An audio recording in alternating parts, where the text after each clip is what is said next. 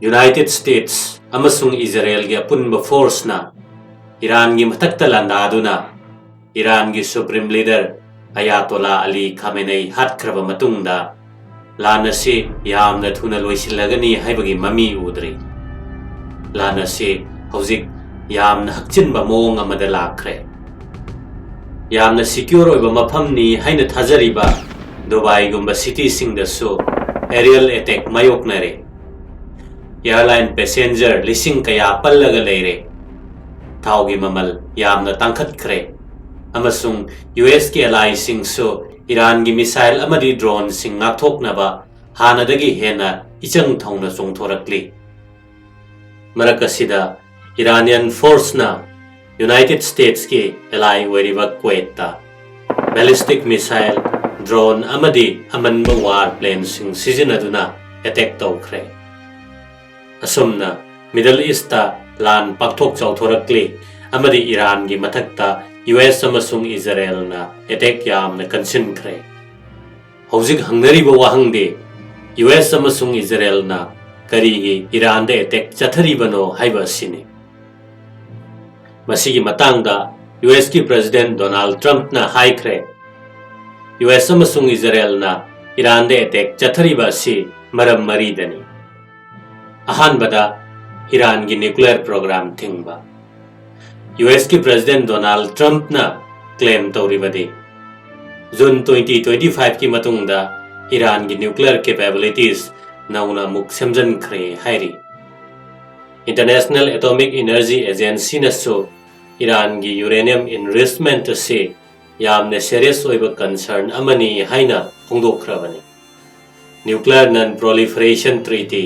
NPT na piriba peaceful and civilian purpose gi damak nuclear program to wa haiba kanglon adudagi Iran na wang malana chatle haiba sini ani sobada Iran gi missile program makha chathandaba United States na hairi madudi Iran na long range missile sing develop to wasina America amasung Britain da anoba threat ama oihale maramde makoina develop to riba missile sing asina Europe US ki overseas bases sing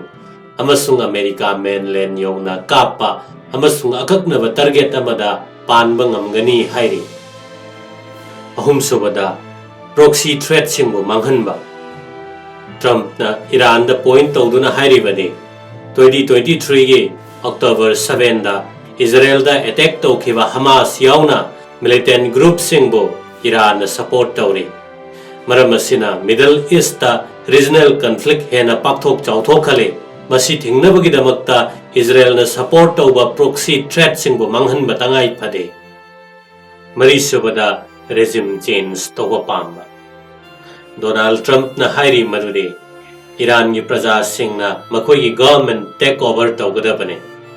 amasung operation na sigi maru oiba pandam sum maduni military da target tawbadagi regime change tawbana hena mityeng thammi haina US na phongdokli hariba pandam sing asi phangdriba phawba United States ki strike makhata na chathaki gani haina Donald Trump na phongdokli adubu marakasida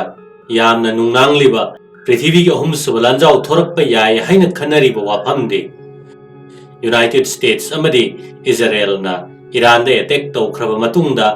Iran na US ki tongan malaybak singda leiriba military infrastructure singda strike tawduna laman kumkhre Iran gi Supreme Leader Ayatollah Ali Khamenei hatkraba matungda center da Iran gi Revolutionary Guard singna paishin khre matung tarakpa numit singda lan gi mawong karam chatharakadagi haibado makoina laurakpa decision gi makha pongani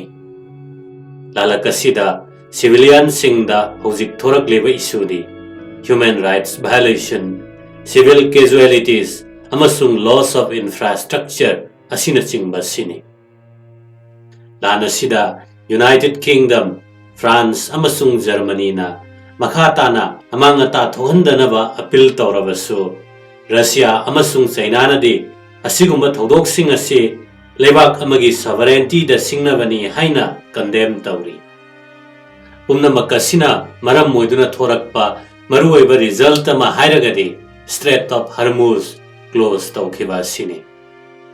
Masina Prithivigi energy market, trade routes amasung diplomatic channels singda anauba concern nama oiragani.